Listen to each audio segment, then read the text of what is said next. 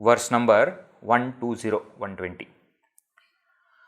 Avyaktametat trigunairniruktam tatkaranam nama shariramatmanah sushuptiretasya vibhaktavastha pralina sarvendriya buddhi vrittihi. Etat avyaktam. Avyaktam etat. This is avyaktam. Now this avyakta word is indicative of Maya. Why? Because the description of Maya, Shankaracharya ji had begun with this word. So we refer page number 3 to page number 7. That's how we give reference. Shankaracharya ji is saying avyaktam. You remember we had started explaining avyakta namni paramesha shakti anadya vidya trigunatmika para karyanumeyat. The avyaktam on words. Avyaktam etat. Etat avyaktam. This unmanifest. Trigunaihi niruktam. Niruktam described. Described through three gunas. Or described as having three gunas. Sattva, Rajas and Tamas. About which also explanation was given.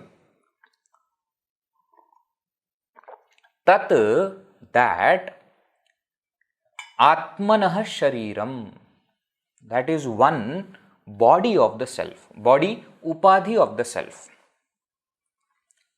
What is it called? Karanam Nama Shariram. It is the body which is called by the name causal, Karana Sharira, causal body. It is a conditioning upadhi of the self which is called as causal body, Karana Sharira. So basically what is he saying? That Maya, what we called as avidya, that itself is Karana Sharira. There is nothing else. In subtle body what had happened? In subtle body there was list of items, constituents put together formed subtle body. In causal body also are there different aspects which are put together? No. Causal body is avyakta, avidya, Maya, whatever you want to call. Now that Maya was explained as having three gunas, that is okay. But it is not that it is Maya plus three gunas. No, Maya already has those three gunas. So that avyakta, unmanifest, is called as causal body. So what is causal body actually? It is nothing but single mass of ignorance. Homogeneous mass. Ignorance alone is there. There is nothing else. Sometimes we also say that vasanas are there in the causal body, isn't it? But they are also not in the form of vasanas. They are in the form of a seed. Seed of all vasanas. So one way we can say that all vasanas are there. Yeah, but all vasanas are not as different vasanas. They are all as one homogeneous mass. Example, classic example at that time also we had seen was seed. In the seed, each and every part of the tree is there, but in potential form, as a homogeneous form. Inside the seed, you will not say that, okay, this is the trunk, and this is the branch, and this is the leaf, and this is the fruit. No. In the seed, everything is present as one homogeneous mass, in unmanifest form. When it manifests, the variety comes. Getting it? So, etat avyaktam karanam nama shariram. That is what is called as karana sharira. Okay. Now there was something called as gross body also, sthula sharira. And jagrad avastha was called as special state for that gross body. Then there was subtle body also, sukshma sharira. And swapna avastha, dream state, was called as a special state. Though that subtle body is present in waking, in Jagrat, but the special state for subtle body was explained as Swapna, dream. Similarly, here he says, Sushuptihi etasya vibhakti avastha. Its special state, etasya, of this Karana Sharira, of this causal body, vibhakti avastha, special state is Sushuptihi. Susuptihi. Sushuptihi. Supti means sleep. Susupti, deep sleep. Deep sleep means what? Where there is not even dream. Where you have no feeling of being a man or a woman, a young or a old. Where you don't have any kind of feeling. Deep sleep. Susupti. That is called as Sushupti. Because of some rule, Ukara comes before, therefore Sakara changes to Sh. Just like in Upanishad. Upanisad.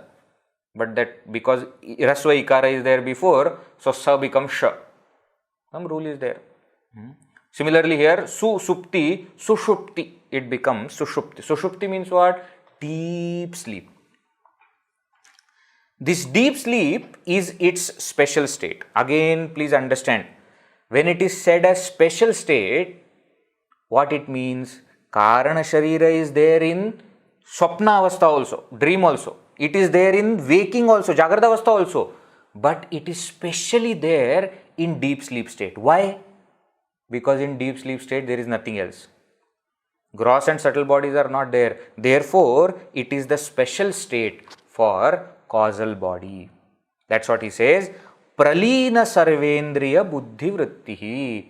Where vritti, thought, buddhi of mind, sarvendriya and all senses, pralina, are absorbed, are suspended, are merged. That deep sleep state where the thoughts of the mind and all the senses, all of them are merged with that Karana Sharira, that is the special state of Karana Sharira. Now somebody will say, Vedji, Sarvendriya is said, Buddhi is said, but body is not said. Why body is not said? Because body was anyways not there in dream also. Gross body, isn't it? Here he is referring that subtle body merges with the causal body in deep sleep. Therefore he says Sarvendriya Buddhi. By Upalakshana we have to understand pranas and etc., mind and antakarana. We have to understand by Upalakshana. But he is referring that subtle body has merged into causal body.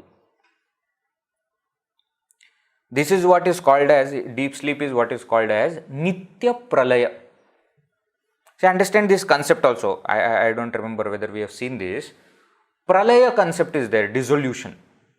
And Srishti is there, creation. See, in Vedanta, Srishti and Pralaya, these are not coming to existence and becoming non-existent. These concepts are not there. Srishti doesn't mean something comes to existence, and Pralaya doesn't mean something becomes non-existent. Then how do we understand Srishti and Pralaya in Vedanta? Srishti means, creation means unmanifest becoming manifest. And Pralaya means manifest going back to unmanifest form. That's it. There is no concept of new creation at the time of Srishti. And at the time of Pralaya, there is no concept of no creation. No. Srishti means what? Unmanifest becomes manifest. And Pralaya means what? Manifest goes back to unmanifest form. Therefore, this deep sleep is also one kind of Pralaya. Prakarshena Layaha, total dissolution. Dissolution means what? The manifest has gone back to become unmanifest. It has gone back to its potential form, homogeneous form. Then what will happen? Then next day when you get up, again that unmanifest will become manifest. So it is called as Nitya Pralaya. Nitya Pralaya. 4 types of Pralayas are there. Nitya Pralaya, Naimittika Pralaya, Prakrita Pralaya and Atyantika Pralaya. Nitya pralaya means what? Every day. Our every day. Nitya. Every day we sleep means what? The manifest becomes unmanifest, isn't it? Actually, the whole world is folded back inside you in your deep sleep. That's what happens. Your mind, your body, everything is become unmanifest now. You don't even realize where you are and what are you doing, whether you are in Kerala or you are in some other state, whether you are in India, or is it a day or a night? Are you a man or a woman? Nothing. All that has gone to unmanifest form. And when you wake up, what happens? Everything is manifested again as it was before. Luckily it is as it was before. Otherwise, I slept as a man, got up as a woman, and now I have to now find out ways of continuing my life. Why? Everything has changed. No, yatha purvam. As it was before, as you went to sleep, when you get up, same thing is unfolded back. Nitya pralaya. Naimittika pralaya. Naimittika pralaya means night of Brahmaji. So Brahmaji goes to sleep. So whatever creation is there is folded back into Brahmaji. So they say Bhuhu, Bhuvaha, Suvaha. These three worlds. And of course the lower worlds, 7. 10 worlds are folded into Brahmaji. The top 4 worlds remain, they say. Why? For Brahmaji to sleep. Something has to be there, no? So the top 4 worlds are there. All other 10 worlds have folded back. Every night of Brahmaji. Brahmaji's night, okay? Not our night. Brahmaji's night. And then when Brahmaji gets up, what happens? Yatha purvam srishti. As it was, the same way it continues. So I was typing something before sleeping. Then I slept. When I get up, where I have reached, from there I continue typing. Previous thing is not gone. It is saved. Where I had left, from there I begin. Not just me, all the jivas. That is called as Naimittika pralaya. Prakrita pralaya means end of lifetime of Brahmaji. Naimittika pralaya is every night of Brahmaji. Like that he lives for 100 years. His 100 years. And then Brahmaji's lifespan is over. So he goes away, new person comes to that post. And then that new Brahmaji creates. How? Yatha purvam. How the previous Brahmaji had left, from there he begins. So there is no concept of new creation, you see. From manifest it has gone to unmanifest. Now it comes back to manifestation. It's called as Prakrita pralaya, end of lifetime of Brahmaji. Fourth pralaya is called as Atyantika pralaya. Atyantika means absolute dissolution. Means what? After this dissolution there is no srishti. In all other kinds of pralayas, there is pralaya and afterwards there is again srishti. Isn't it? Nitya pralaya, you sleep, but you get up. Naimittika pralaya, Brahmaji sleeps, but Brahmaji gets up. Prakrita pralaya, Brahmaji's lifespan is over. Other Brahmaji comes and starts the srishti. In Atyantika pralaya, it is absolute dissolution. Means what? There is no srishti following that. What is this Atyantika pralaya? That is what is called as moksha. The samsara, the world is dissolved once and for all. No more it comes back. Okay. Getting it? So in sleep what has happened?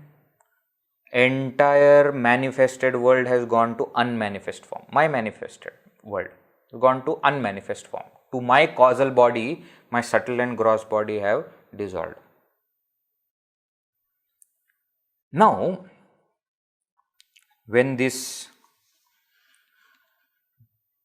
deep sleep is discussed, there are many doubts. Many people have many doubts about this.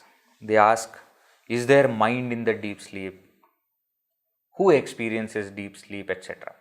So let us understand it a bit. In the waking state, all our senses,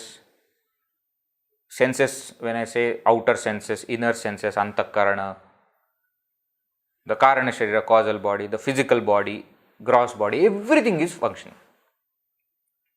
In dream, my gross body is not present. Gross body has gone to sleep. In my dream, there is a different body that I get in the dream body. But the present gross body is sleeping on the bed. It doesn't take part in the dream. So too my intellect doesn't take part. Intellect is also sleeping. Pavam, he has worked so much, intellect throughout the day. So it sleeps. So it is all what we say as play of mind. Mind is playing in full form. Where? In dream. Now that mind becomes quiet. That is called as deep sleep. That is called as deep sleep. So do you mean to say there is no mind in deep sleep? Yes. Correct. If you define mind as flow of thoughts, then there is no mind in deep sleep. Why? Because there is no flow of thoughts. But rather, there is only one thought in the deep sleep. And that thought is called as ajnana vritti. I know nothing. This is the thought. I know nothing. Absence of all objects, absence of all emotions, absence of all instruments. That is what is there in deep sleep. So if you define mind to be flow of thoughts, flow is not there in deep sleep. Therefore, you will have to say mind is not there in deep sleep. But suppose you define mind to be thought, then one thought is there in deep sleep. So you can say mind is there in deep sleep. So when somebody catches you, is there mind in deep sleep or not? You have to ask, what do you consider as mind? That you explain to me first. If you think mind is number of thoughts coming one after another, there is no mind in deep sleep. Mind has gone to take rest. If you define mind as a thought, okay, then we can say that there is mind in deep sleep. But actually that mind is not called mind. Why? Because it doesn't behave like mind. It is exactly like children who are sleeping. How do we immediately say, thank God? The mother, while initially taking care of the child, becomes so irritated because the child doesn't rest at all. So when the child sleeps, mother feels, thank God, slept for some time. But the same mother can't see that the child is sleeping without doing anything. So unnecessarily she will go and wake him up also. Why? Because the child who is sleeping is not child. Why? Child should do something. Should cry, should run here and there. Then only it is called as. So the mind which is in deep sleep, there is a thought, but it is not called as mind. Because generally how the mind is, always functional, always active, always jumping from one thought to another, that kind of thing is not there. So we say there is no mind in deep sleep. That's okay. That ajnana vritti also is not antakarana parinama. It is the karana sharira's vritti. Not the vritti of the subtle body, but it is the vritti of the causal body. Right? Ajnana vritti. Then what happens interestingly, because there is only single thought, I know nothing. So there is no thought that I am a man, I am young, I am Indian, I am Brahmin. All these thoughts are not there. So therefore, everybody's deep sleep state is same. Absolutely same. The distinctions are all made by subtle body. Now the subtle body is not there. So everybody's experience of deep sleep is exactly same. What is that? I know nothing. I don't even know who I am and where I am. Another interesting thing about deep sleep is, because I know nothing, I experience an extreme amount of peace, which I call as joy. See, in waking and dream, what happens? Mind is continuously either perceiving in waking or projecting in the dream. So continuously one thought after another thought, there is complete disturbance. In deep sleep, there is no disturbance. So what? So you experience peace. That same peace is what I call as joy. Nobody experiences sorrow in deep sleep. Remember this point. In dream, you may experience sorrow. Some terrible dream I saw. Possible. In waking, you can experience sorrow. But in deep sleep, we cannot experience sorrow. We only experience joy. And therefore, we love to go back to that state. Actually speaking, the state that we love the most is deep sleep. And we are ready to compromise on anything else, but not on sleep. We can't compromise on sleep. You want to remain awake because something interesting is going on. You are watching a nice movie, you are talking with friends, you are listening to lecture, whatever. But when that deep sleep comes, no joy surpasses that in our experience, and therefore we love to go back to that state again and again. Shankaracharya defines this Sushupti Avastha in Tattvabodha as Aham kimapi na janami sukhena maya nidra anubhuyate iti Sushupti Avastha karana sharira abhimani atma pradni ityuchyate. Now the question is, who is experiencing this deep sleep? Because mind is not there. Isn't it? Is there anyone experiencing the deep sleep state? Yes, there has to be. Why? Because when I get up, I say, I slept nicely. Or you get up and you say, I did not sleep today properly. There has to be someone who experiences. This is a very important concept. In Shunyavada, etc., in the Buddha theory, they say state of realization is like the deep sleep where there is nothing. But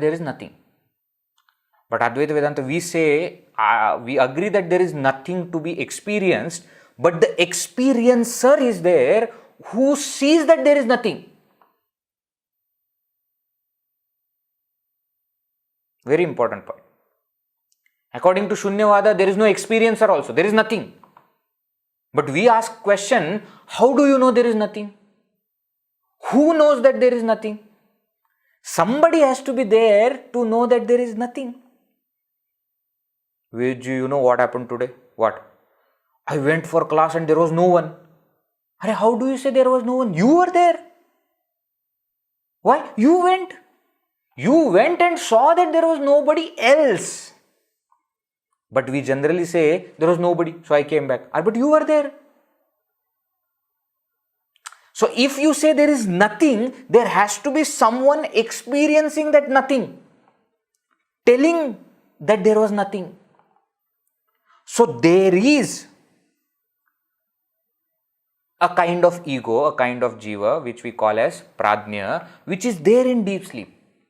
Deep sleeper, if you want to call, is there.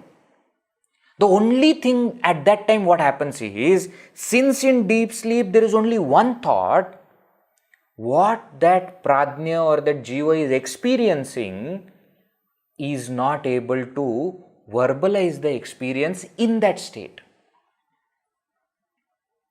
So in deep sleep, I only experience.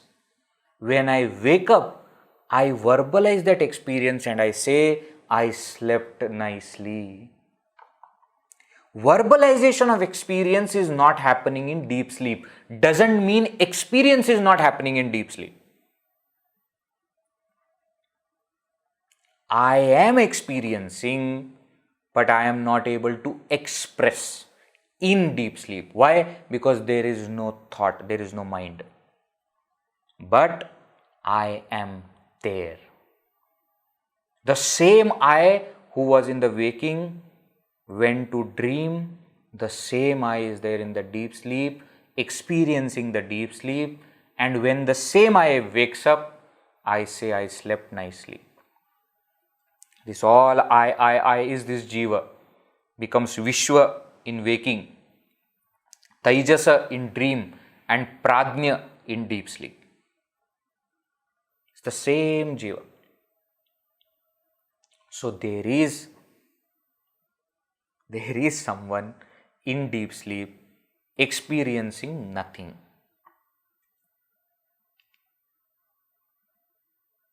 So in waking, that someone who is called as Jiva experiences the world outside through the senses. In the dream, the same individual Jiva experiences the world projected by the mind. In the deep sleep, the same Jiva experiences absence of waking and dream, absence of mind and gross body, absence of everything. It is the same individual who experiences all these. In Kaivalya Upanishad, this concept is explained beautifully. If you want to refer, you can refer there. Sa eva maya parimohitatma shariramastaya karoti sarvam striyannapānādi vishishta bhogai sushupti jagrat. What is that? Some mantra is there like that. Sa eva maya parimohitatma. Starting from there, 3-4 mantras. Right? In Kaivalya Upanishad, beautiful explanation is there. That it is the same individual which experiences the world of objects in the waking, which experiences the dream world projected by the mind, which experiences absolutely nothing in the deep sleep. And it is the same Jiva which continues with one Deha to another Deha in different kinds of births. It is the same individual.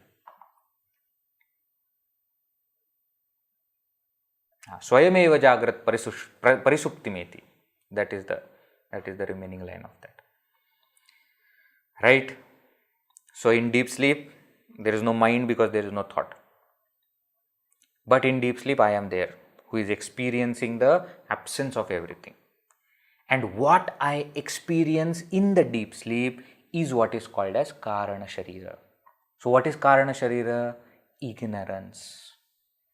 Single mass of ignorance.